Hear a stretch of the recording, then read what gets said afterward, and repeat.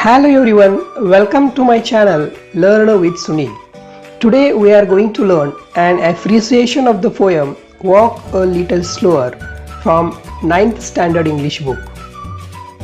Before that, I request you to subscribe my channel and tap the bell icon.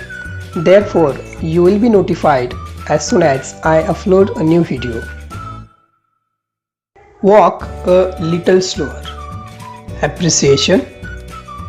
First point, title. The title of the poem is Walk a Little Slower. Second point, poet. This poem is by unknown poet. Third point, rhyme scheme. The rhyme scheme of the poem is ABCB. Fourth point, favorite line. My favorite lines are I am following in your footsteps and I don't want to fall. Fifth point, theme or central idea. This poem is a request of the child to his father. For him, his father is a real hero and he wants to observe and imitate the life of his father. Therefore, he is requesting his father to do actions slowly. Fifth point, figures of speech. Figures of speech used in this poem are repetition, alliteration, metaphor, tautology.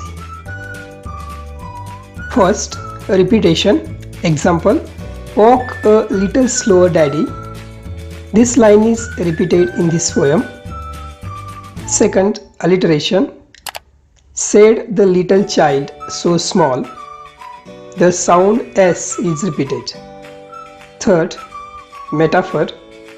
This poem is an example of extended metaphor. Fourth, tautology. Said the little child so small. Little and small are two similar words used in one sentence. Seventh point, special features. This poem is a dramatic monologue. In this form, a single person rather than the poet speaks alone. Here, the poet expresses the character's thoughts through this poem and not his own thoughts. Poet used some implied meanings. Footsteps is used for father's action. Eighth point, why I like the poem. This poem is very simple. There is not any difficult word. I can guess the meaning easily. The child in this poem shares everything with his father honestly.